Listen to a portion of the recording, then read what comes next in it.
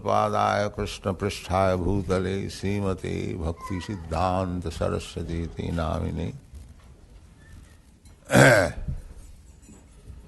Bhaktisiddhanta Sarasvati Thakura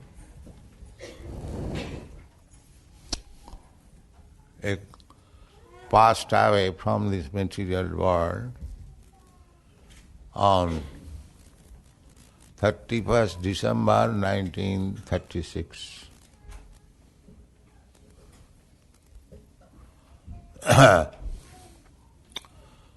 So, almost 40 years passed. So there are two phases, prakat and aprakat, appearance and disappearance. So we have nothing to lament on account of disappearance, because Krishna and Krishna's devotees, not only devotees, even the non-devotees, nobody disappears.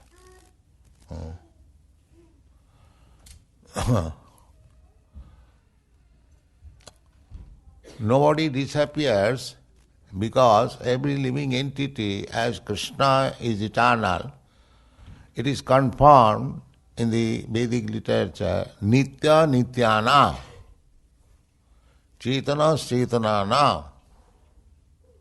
The description of the Supreme Lord is that He is also Nitya, eternal, and the living entities are also eternal.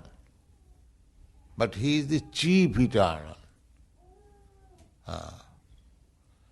Nitya Nityanam Chaitana Chaitana. So qualitatively, there is no difference between Krishna and the living entities. And quantitatively, there is difference. What is the difference between Nitya, the singular number Nitya, and the plural number Nitya? The plural number Nitya is subordinate, eternal servants of the singular number Nitya. Just like if you want to serve somebody, so the master is also exactly like you. He has got 2 hands, 2 legs, or the same sentiments, he also eats. Everything is same there. But the difference is the master and the servant, that's all. Otherwise, equal in every respect. So spiritually, appearance and disappearance, there is no difference. Just like in material point of view, if a person takes birth, suppose you get a son born, you become very happy. The same son, when passes away, you become very unhappy. This is material. And spiritually, there is no such difference, appearance or disappearance. So although this is the disappearance day of Om Visnupada Srimad Bhaktisiddhanta Sarasvati Thakura, so there is nothing to be lamented. Although we feel separation, that feeling is there, but spiritually there is no difference between appearance and disappearance. There is a song, Narottam Das Thakur's song, Jyanila Premodhana. Do you know anyone of you? Can you sing that song, anyone? Jyanila Premodhana Karuna Prachur Eno Prabhu kotha gala. I don't remember exactly the whole song. That is our lamentation. That's Śrīla Bhaktisiddhanta Sarasvati Thakura brought this message to distribute all over. Of course, Sri Caitanya Mahaprabhu expressed his desire that Prithivite ache jato nagoradi gram sarvatra prachar hoibe mor naam. He predicted that all over the world, as many towns and villages are there, everywhere my name will be known. Sri Caitanya Mahaprabhu's name, which is now attempted now, it is being actually. To execute this will of Sri Caitanya Mahaprabhu, he said personally, Bharat bhumite manusya janma hoilo jar, janma sarthak kari karo paropakar. He wanted that his name should be broadcast all over the world, in every town, every village. And who would do it? That he asked, that anyone who has taken birth in Bharatvarsha, India, it is his duty, first of all, make himself perfect by understanding the philosophy of Sri Caitanya Mahaprabhu, then broadcast it, distribute it. This was the duty of every Indian. The Indian, especially in India, they have got the privilege to take advantage of the Vedic literature.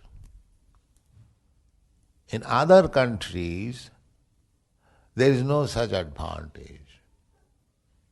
So, if anyone wants to make his life perfect, then he has to take advantage of the vast treasure house of Indian spiritual knowledge.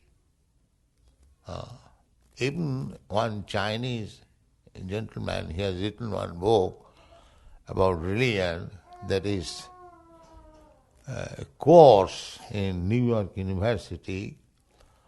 So he has said that if you want to know something of religion, then you have to go to India. That's a fact.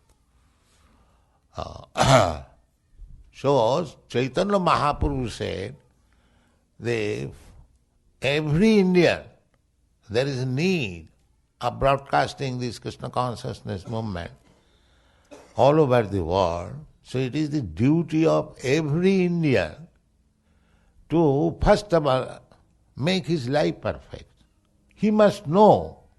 Perfection means he must know what is his position and what he has to do. That is perfection.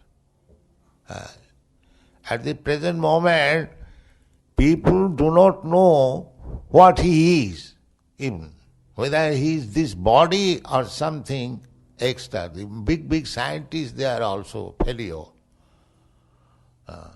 This is perfection. First of all, one must know what he is, whether he is this body or something beyond this body. This is the beginning of spiritual knowledge. So that advantage is there in India by culture, by education. Therefore Sri Caitanya Mahaprabhu requested that Indians, Bharatiya, Bharatvarsha, those who have taken birth as human beings, he doesn't speak to the animals. Bharat bhumite manusya janma. Manusya janma means human being. Because without being human being, nobody can understand these things. The cats and dogs, they cannot understand. So a person whose behavior is like cats and dogs, he also cannot understand. Therefore he said, Janma sarthak kori. First of all, make your life perfect and then distribute this knowledge. This is the Chaitanya Mahaprabhu's mission. So he simply said, but he was expecting that in later days his followers would do that. So that attempt was made by Bhaktisiddhanta Sarasvati Thakura. Bhaktivinoda Thakur, he desired and that Sri Chaitanya Mahaprabhu's message is to be accepted by East and West equally. And both the Indians and the Europeans, Americans, they should dance together in ecstasy of Sri Chaitanya Mahaprabhu's mercy. That was his desire, Bhaktivinoda Thakur.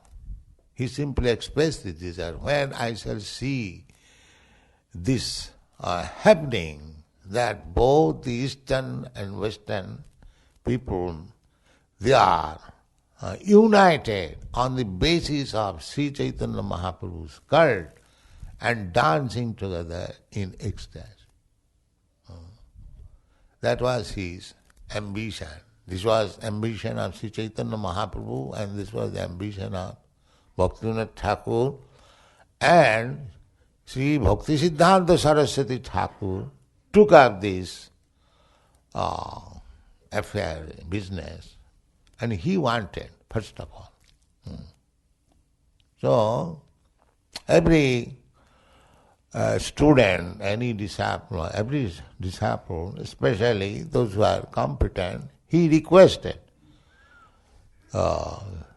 that you take up this mission of Chaitanya Mahaprabhu and preach in the Western countries. That was Bhaktisiddhanta Sarasvati Thakura first attempt. Before that, even the Acharyas, Rupanuga, Goswamis, they left literature, but they did not attempt to preach practically. And Bhaktisiddhanta Sarasvati Thakura, he was very, very anxious to preach this Chaitanya cult in the Western countries. That is, see, Bhaktisiddhanta Sarasvati Thakur's special contribution. So, when I met Bhaktisiddhanta Sarasvati Thakur, it is a long story how I met him. One of my friends, he dragged me. I was at that time nationalist and manager in a big chemical factory. My age was about 24 years. So one of my friends, he asked me, there is a nice sadhu, Bhaktisiddhanta Sarasvati Thakura, he has come in Calcutta. So let us go and see. So I was reluctant. I thought, just like, so there are so many sadhus. So I am not very much, because I had very bad experience. Not very good. So I said, there are this kind of sadhus, there are many. You'll be glad to know that even in young age or early age, it was Krishna's grace, even amongst my young friends, I was considered the leader.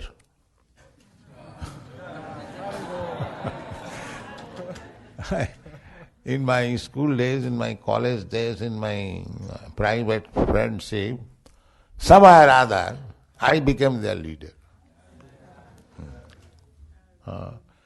And one astrologer, sometimes he read my hands, he said in Hindi, Hukum chalega.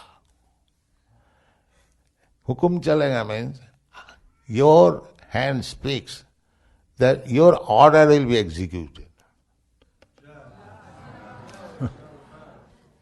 So anyway, it was Krishna's case. I would not go. But their point of view was that unless I certify that sadhu, Bhaktisiddhanta Sarasvati Thakura, he will not be accepted. Therefore he dragged me. So I went to see Bhaktisiddhanta Sarasvati Thakura on that day. On the first meeting, just we offer our obeisances. It is the practice. So immediately began his talking that you are all educated young men, why didn't you take us Sri Chaitanya Mahaprabhu's cult and preach all over the English-knowing public? Why didn't you take up this matter? So I argued with him in some way. At that time I was nationalist. So I told that who will accept our message? We are dependent nation. Nobody will care. In this way, in my own way, in these younger days. But we belong to the Vaishnava family. Sri Chaitanya Mahaprabhu, Nityananda, Radha Govinda. That is our worshipful duty, worshipful deity. So, I was very glad that Radha Krishna cult, Chaitanya Mahaprabhu, this sadhu is trying to preach. It is very nice. So, at that time we had some talks, and of course I was defeated by his argument, my argument. And then when we came out, we are offered prasadam, very nice treatment, it's a Gaudiya Math. And when I came out on the street, this my friend asked me, what is your opinion of this sadhu? Then I said that here is the right person who has taken up Sri Chaitanya Mahaprabhu's message, and now it will be distributed. So I was, at that time, a fool, but I opined like this, and I accepted him as my spiritual master immediately. Not officially, but in my heart. That was in 1922. Then, in 1923, I left Calcutta on my business tour, and I made my headquarters at Allahabad. Allahabad is about 500 miles from Calcutta. So I was thinking that I met a very nice, saintly person. That was my thinking, always. So in this way, in 1928, there was a Kumbh Mela. At that time, these Gaurimat people came to Allahabad to establish a center there. And somebody informed them that you go to that Prayag pharmacy. My drug shop was named as Prayag Pharmacy. My name was also there. You go and see Abhay Babu. He is religiously, he will help you. These Gaurimat people, they came to me. So, sir, we have come to you, we have heard your good name, so we want to start a temple here. Please try to help us. Because I was thinking of these Gaurimat people that I met, very nice, saintly person. As soon as I saw them, I was very much glad. Oh, here are these persons, they have come again. So in this way, gradually, I became attached to these Gaudiya Math activities, and by the grace of Krishna, my business also was not going very well. Yes. Krishna says, Jasahon anigrinami hariseta dhanam sane. If somebody wants to be actually devotee of Krishna, at the same time keeps his material attachment, then Krishna's business is, he takes away everything material so that same person he becomes, dependent on Krishna. So that actually happened to my life. I was obliged to come to this movement, to take up this very seriously. And I was dreaming that Bhaktisiddhanta Sarasvati Thakura is calling me, please come out with me.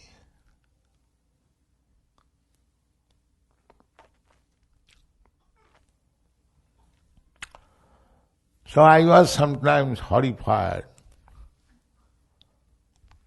Oh, what is this? I have to give up my family life. Bhaktisiddhanta Sarasvati Thakura is calling me. I have to take sannyas. Oh, I was horrified. But I saw several times calling me.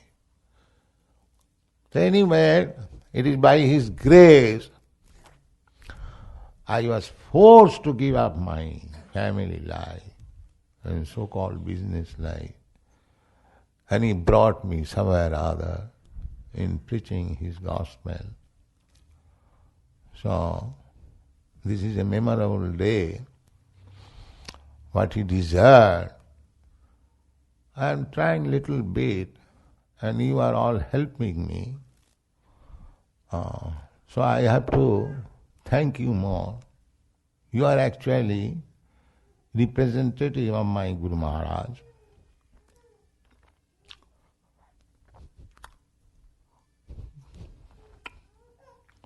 Because you are helping me in executing the order of my Guru Maharaj. Thank you very much.